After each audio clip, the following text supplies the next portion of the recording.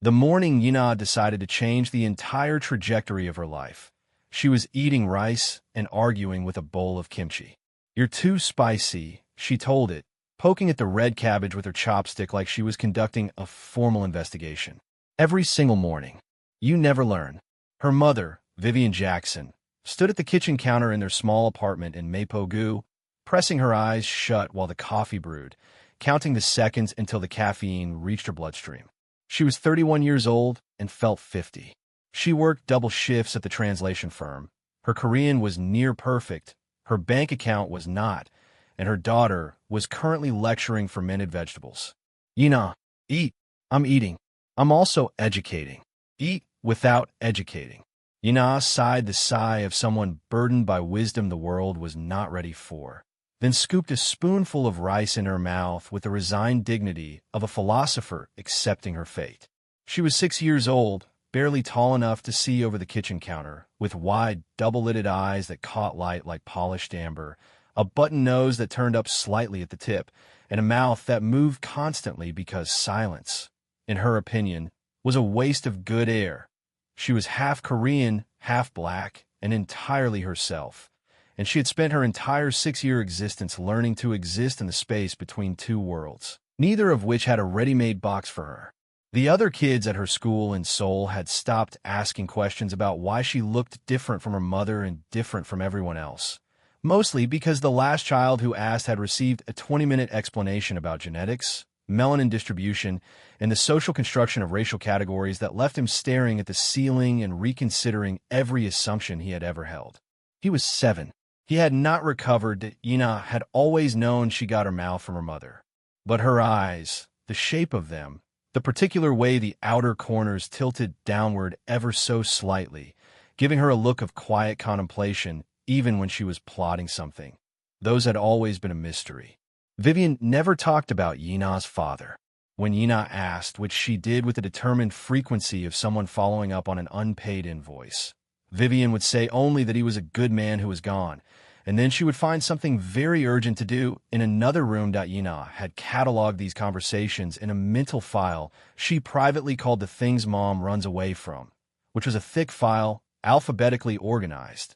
That Tuesday, the day everything cracked open, started as ordinary as a Tuesday could.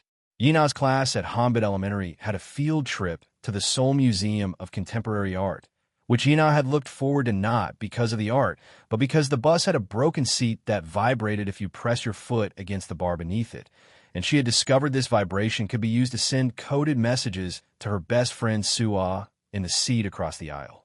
They were deep into a vibration-coded conversation about whether the school lunch at Jumma put too much sugar in the tteokbokki when the group was herded into a large open hall where several flat-screen monitors were looping a documentary on Korean corporate innovation. Their teacher, Ms. Yoon, positioned them in a semicircle and began explaining the exhibit in the way adults explained things, thoroughly, and with the unearned confidence that anyone was listening that Yina was not listening. She was instead observing a pigeon that had somehow gotten inside and was walking along a ventilation shaft with the air of someone who owned the building. Then the documentary, playing on the largest screen, shifted to a new segment, and a face appeared at Yina looked up. She stopped breathing. The man on the screen was somewhere in his mid-30s, Korean, broad-shouldered in a dark suit that probably cost more than everything in their apartment combined. He was standing in front of a glass tower in Gangnam, being interviewed, and the caption beneath him read, Kong Min Ji-Yuen, Chairman, KM Group. The reporter was saying something about his newest infrastructure project, a smart city development reshaping the Han River corridor. But none of those words were reaching Yina because she was staring at the man's eyes, the shape of them, the way the outer corners tilted down just slightly, giving him a look of quiet contemplation even at rest. She had seen those eyes every single morning in the bathroom mirror. Sua, who had been mid-vibration message, noticed Yina had gone completely still and leaned over. "Are you okay? Did you swallow wrong again?" "Sua," Yina said very quietly. "That man, the one on TV, do my eyes look like that?" Sua studied the screen, then studied Yina's face with the grave seriousness of a 6-year-old performing a forensic comparison. She did this for a full 4 seconds. Yes, she said that Yina turned back to the screen. Kong Min-jun was smiling now, and the smile did something to his eyes that she recognized. The way they curved at the edges, the way they crinkled, just so. She had seen that expression in every photograph her mother had kept of her over the years. The ones Vivian thought she didn't know about, tucked in the back of a drawer behind the winter scarves. That evening, Yina came home, ate half her dinner, bathed in record time, and got into bed so quickly that Vivian immediately became suspicious. "You're in bed," Vivian said from the doorway. "I'm tired." "You're never tired. People change." Vivian narrowed her eyes. Yina stared at the ceiling with the expression of someone whose thoughts were very busy and very hidden. Vivian decided she was too exhausted to pursue it and turned off the light. The moment the door clicked shut, Yina reached under her mattress and pulled out the small notebook she used for what she called important observations. She opened to a fresh page and wrote, in her careful 6-year-old script, "The man with my eyes. Kong Min-jun, KM Group. Seoul. Why does he have my eyes?" She drew a circle, then an arrow. Find out. She slept deeply and dreamed of nothing. In the morning, she waited. She waited through breakfast and through the school run and through the entire school day, which felt 17 years long. She waited until she and Vivian were sitting together on the sofa after dinner, the television on low, Vivian grading vocabulary translations on her tablet with the tired focus of someone who had given the last of her concentration to everyone else all day. "Mom," Yina said, if someone looked exactly like me, same eyes, same everything, would that be a coincidence?" Vivian's stylus paused on the screen. "What do you mean?" Yina chose her words carefully, the way she had been practicing all day. "Like genetically, if two people had the same eyes, same shape, same exact tilt," she demonstrated by pointing at her own face, "would that just be random? Or would that mean they were related?" Vivian set the tablet down. She turned to look at her daughter. Yina was watching her with those eyes, those amber double-lidded eyes with the soft downward tilt at the corners. And for a moment Vivian's chest locked up with a feeling she hadn't felt in years. A feeling shaped exactly like a name she had buried. "Why are you asking me this?" "I'm asking hypothetically." "Yina, Mom." Yina picked up the television remote and, with the practiced calm of someone executing a plan they had rehearsed, navigated to the recording she had asked Sua's older brother to help her save from the news channel the previous night. The documentary segment loaded. Kong Min-jun's face filled the screen.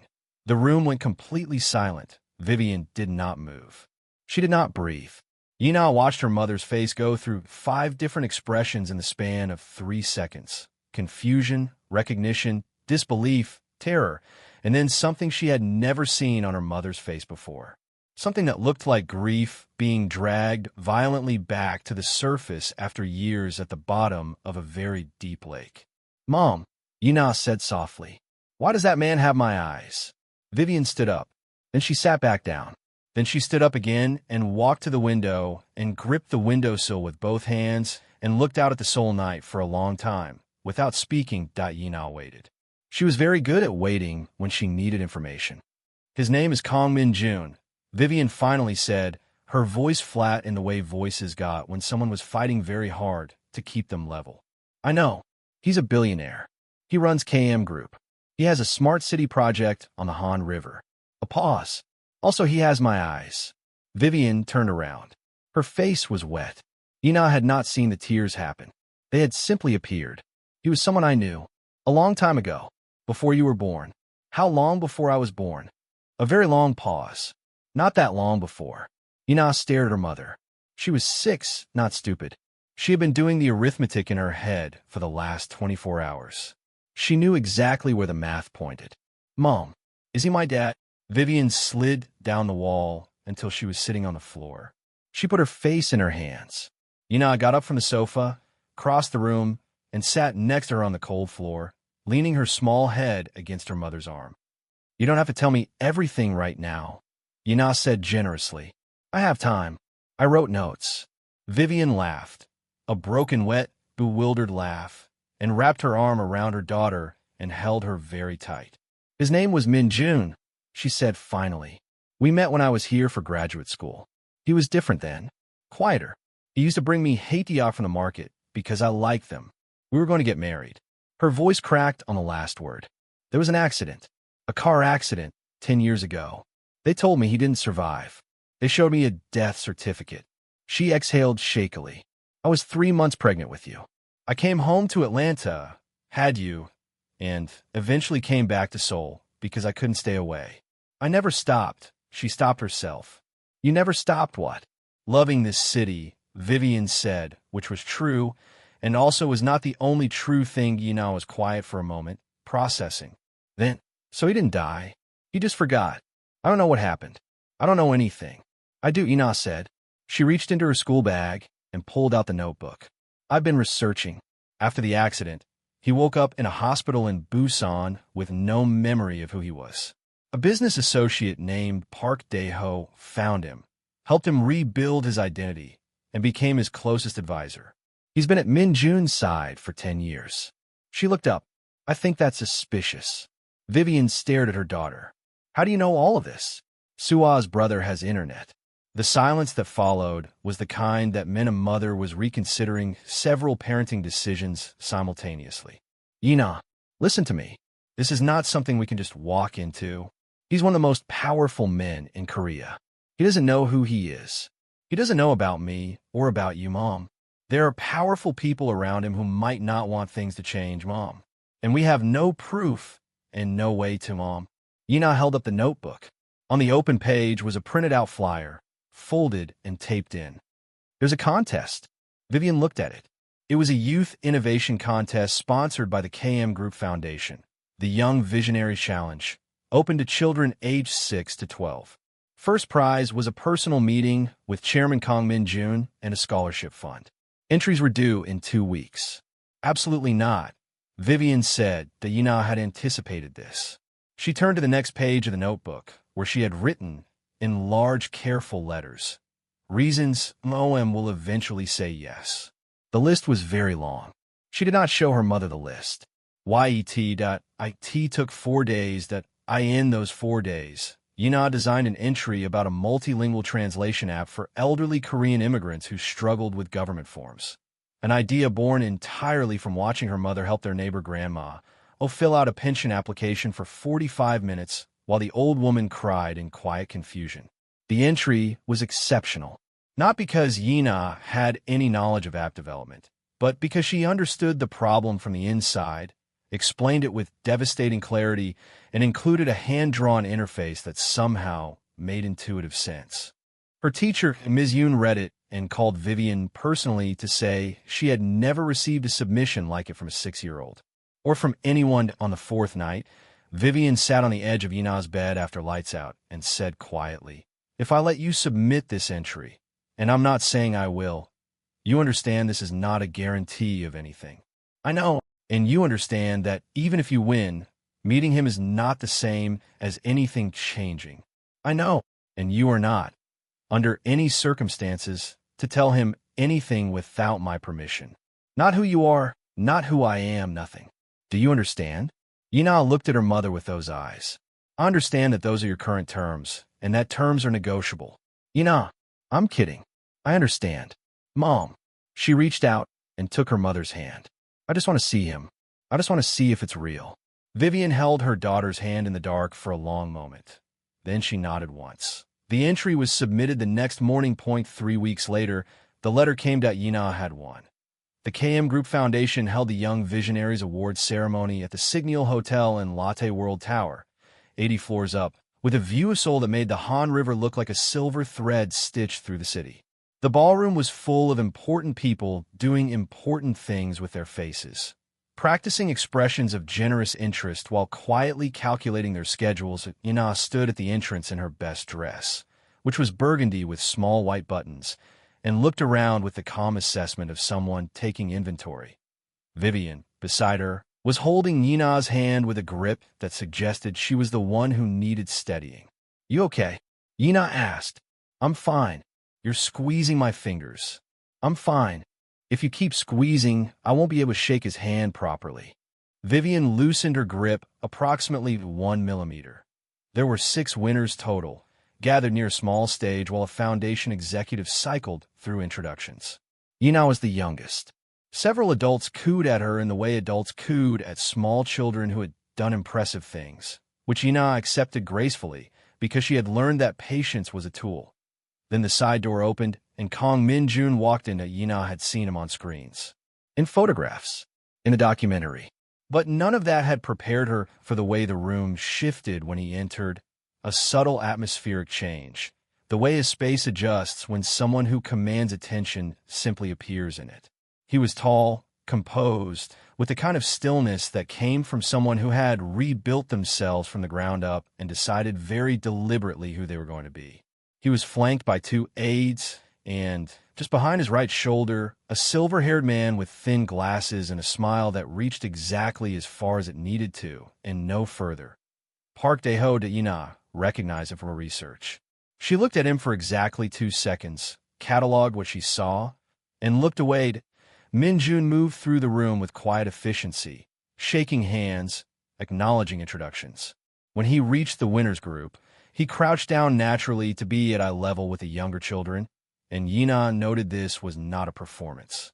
It was instinct. The foundation executive made the introductions. Our youngest winner this year, Yina Jackson, age 6, from Mapo-gu. Her proposal for a multilingual form navigation assistant was extraordinary, particularly her articulation of the problem from a community perspective. Min-jun looked at Yina. Yina looked at Min-jun. The room kept moving and talking around them, but between these two people something else was happening entirely. Something that didn't have a name, but had a weight.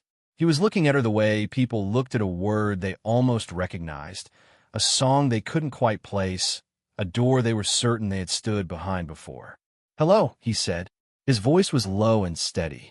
"Hello," said Yina. "Your project was impressive. The translation assistant, you designed it yourself?" "I designed the concept and the interface. I don't know how to code yet. I'm 6. She said this without any edge, simply as information. "But I know what the problem is. My mom helps her neighbor fill out government forms because the Korean is too formal and the older immigrants get scared and confused. Someone should fix that."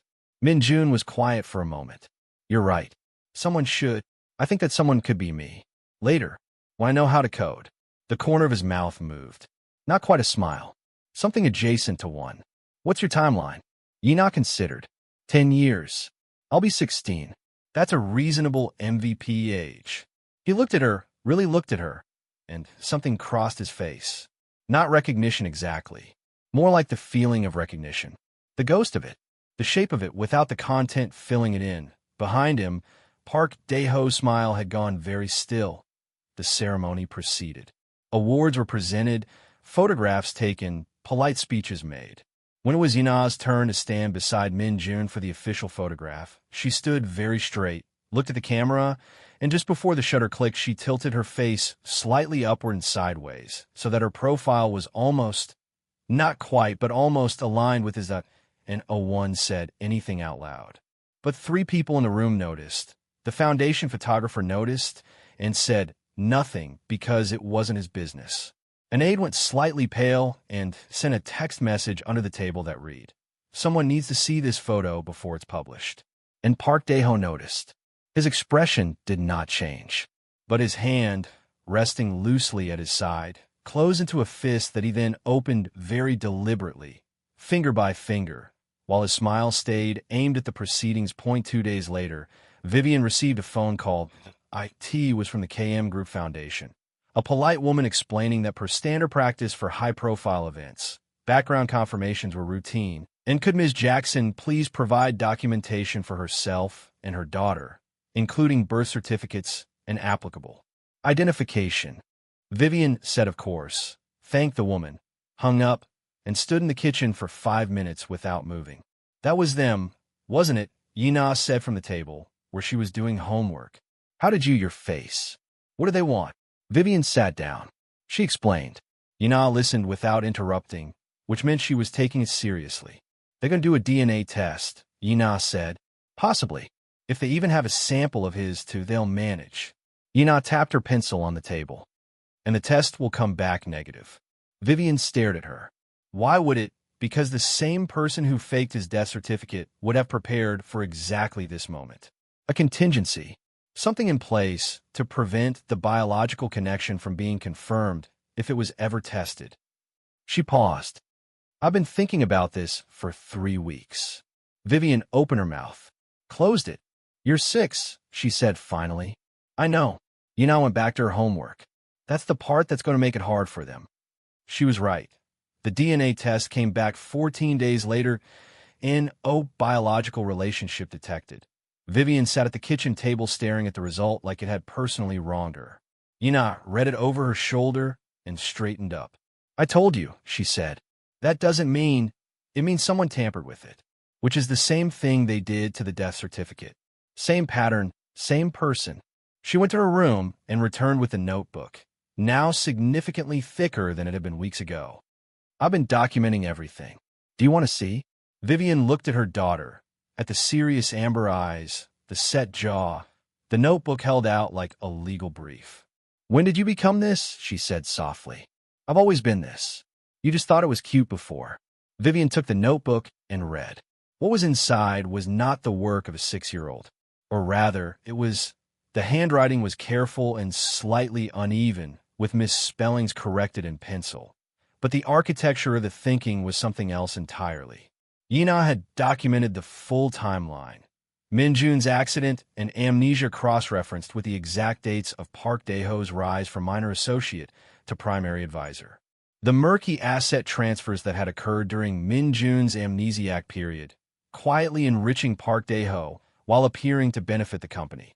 A carefully researched note explaining that under Korean civil law, a person with amnesia could be legally declared deceased within a specific time frame if no family stepped forward to contest it, and that Vivian's grief and departure to America had left no one to contest anything to the bottom of the last page, in red pen.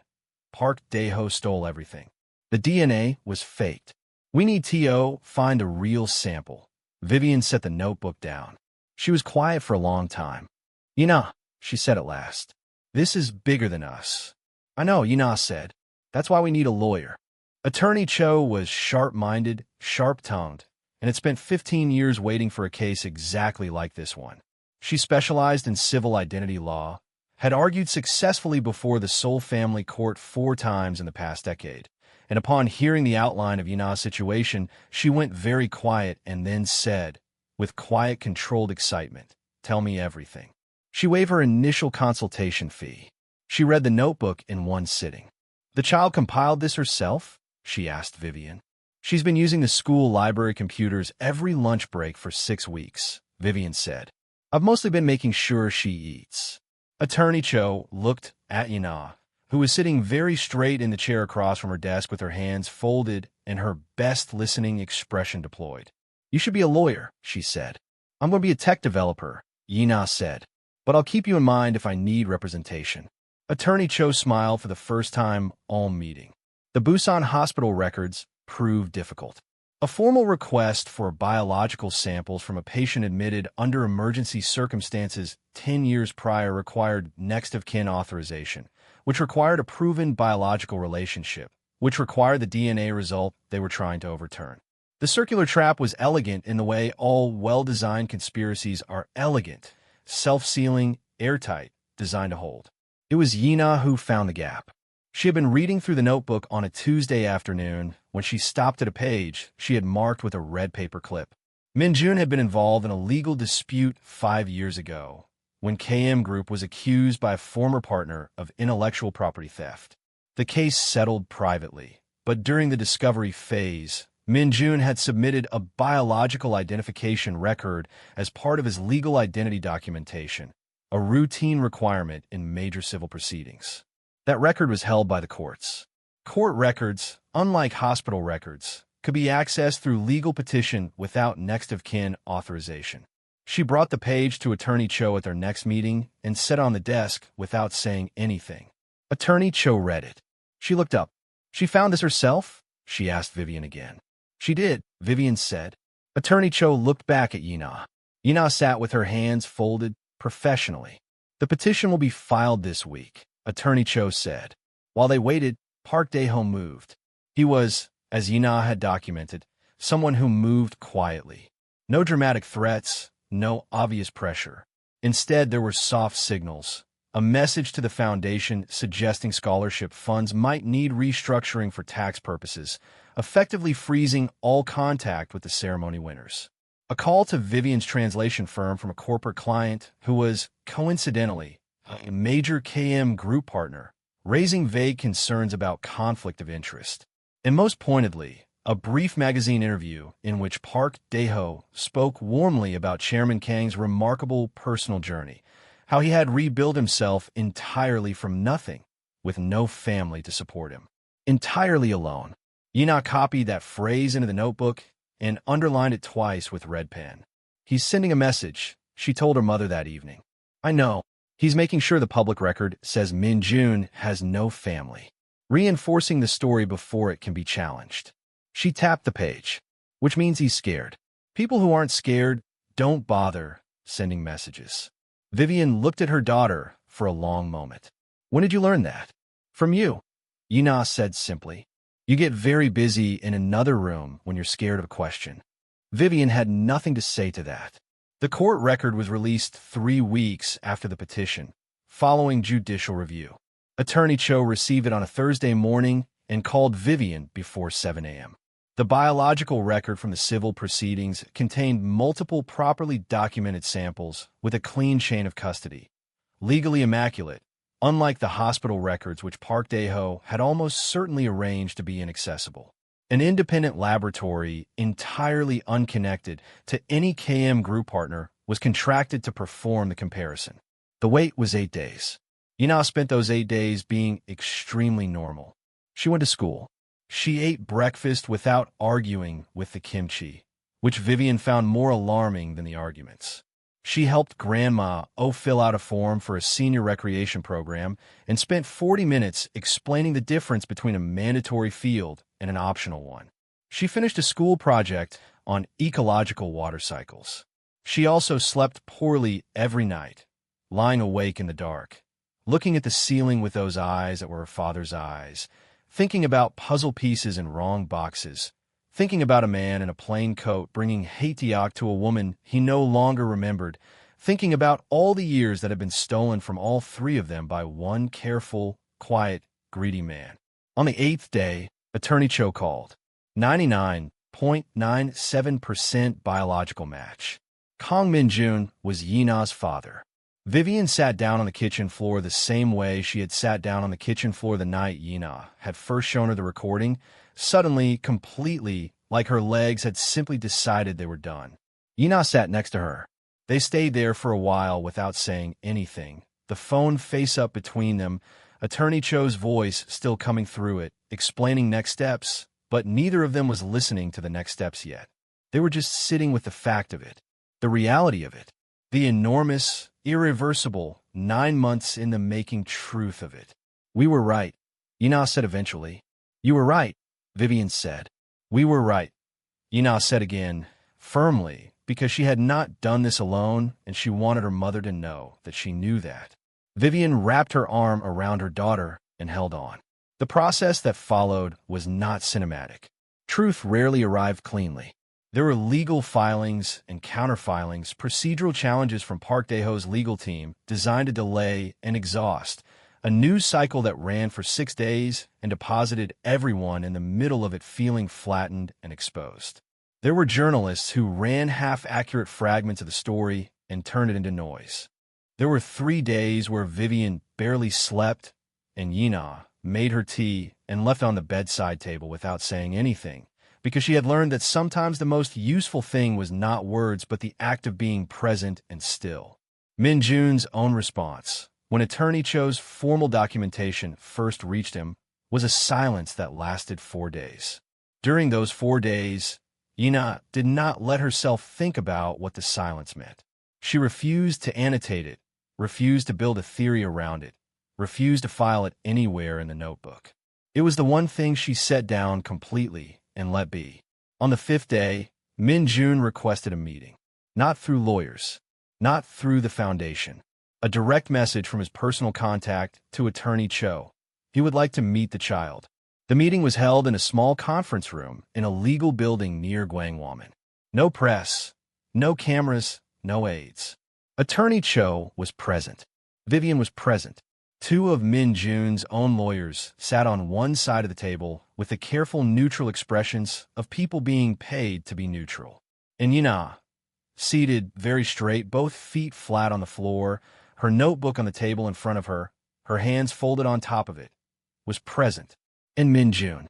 He came in, and the room went still, and Yina stood up from her chair and looked at him. He looked at her. Everything else in the room ceased to matter. "You're Yina," he said. "Yes. I read your contest entry. The translation assistant." "Yes. It was very good." "I know." She paused. Then, because she was 6 and some things simply bypassed all strategy and came out anyway, "You have my eyes." Something enormous happened to Min Jun's face. He managed it, barely, with the discipline of someone who had survived years of unmooring and had learned to hold himself together through sheer will. He crossed the room and crouched in front of her, the same natural, instinctive crouch he had used at the ceremony, and looked at her at eye level. "I don't remember," he said quietly. "I want you to know that. I'm not pretending. There is genuinely nothing before the hospital in Busan. The doctors have said there may never be." "I know," Yina said. "That doesn't mean I don't want to know you. I know that too." She studied his face. "You've been looking at the photographs." He nodded once. "My mom has photographs of you from before. She keeps them in the drawer behind the winter scarves. She thinks I don't know about them." Yina glanced briefly at her mother. "I know about them." Behind her, Vivian made a sound she immediately converted into a cough. Min Jun's gaze moved slowly from Yina to Vivian. In that look was everything. A decade of absence. The ghost of a man who had loved this woman before the accident erased him. The evidence of a life that had existed in full before it was taken from him. All of it pressing against the surface of his composure at once. "Hello, Vivian," he said, very quietly. Vivian looked at him for a long moment. Her jaw was set. Her eyes were too bright. Years of grief and survival, and raising a child alone, and never letting herself fully close the door on a man she had been told was dead. All of it visible, just barely behind the steadiness she was working hard to maintain. "Hello, Min Jun," she said. The lawyers shifted uncomfortably in their chairs. None of them had been briefed to handle this. Yina observed the room. She observed her mother's face and Min Jun's face and the space between them, which was charged in a way she understood at 6 better than she could have articulated, because she had spent 6 years watching her mother love a city when what she was really doing was staying close to the memory of a person. She picked up her notebook and her pencil and her bento box and tucked them under her arm. "I'm going to wait in the hall," she announced. "Yina, you don't," Vivian started. "I want to." She walked to the door and stopped with her hand on the frame. She turned back and looked at Min Jun one final time. "When you're done talking," she said, "I have things to show you. In the notebook. About me. In case you want to know who I am." Min Jun looked at her steadily. Levelly. With those eyes that were her eyes. "I want to know," he said. Yina held his gaze for a moment. She found him credible. "Okay," she said and walked out. She sat in the hallway in a chair that was too big for her, feet dangling above the floor, notebook open on her lap. Through the closed door, she could hear the low murmur of voices, her mother's, then his, overlapping and separating in the way conversations did when two people were being very careful with each other, and then, gradually, being less careful. And then, faintly, clearly, her mother laughing. Not the tired, polite laugh she deployed for the outside world, but the real one, the one that started deep in the chest and traveled all the way up, full and unguarded, the laugh Yina had been trying to produce in her mother for years without fully understanding why it felt so necessary. She understood now. She opened the notebook to the last fresh page and wrote at the top, "Status update. Evidence, confirmed. Strategy, complete. Family, in progress." She thought for a moment. Then she added, in red pen, one final line. "I knew it all along." She was, of course, entirely right. In the weeks that followed, Park Dae-ho was formally investigated. The falsified DNA result was traced to a laboratory receiving significant KM Group contracts through a company in which Park Dae-ho held a silent stake. The asset transfers made during Min Jun's amnesiac period, transactions that had appeared routine on paper and had quietly made Park Dae-ho one of the wealthiest men in his own right, were flagged by financial regulators within days of Attorney Cho's comprehensive filing. The falsified death certificate, which had been issued by a regional civil office 10 years ago with the assistance of a clerk who had since retired to Jeju and was now cooperating fully with investigators, tied the entire conspiracy together in a way that was both meticulous and damning. Park Dae-ho, who had moved quietly for 10 years and sent messages instead of threats and smiled exactly as far as he needed to and no further, now had nowhere quiet left to move.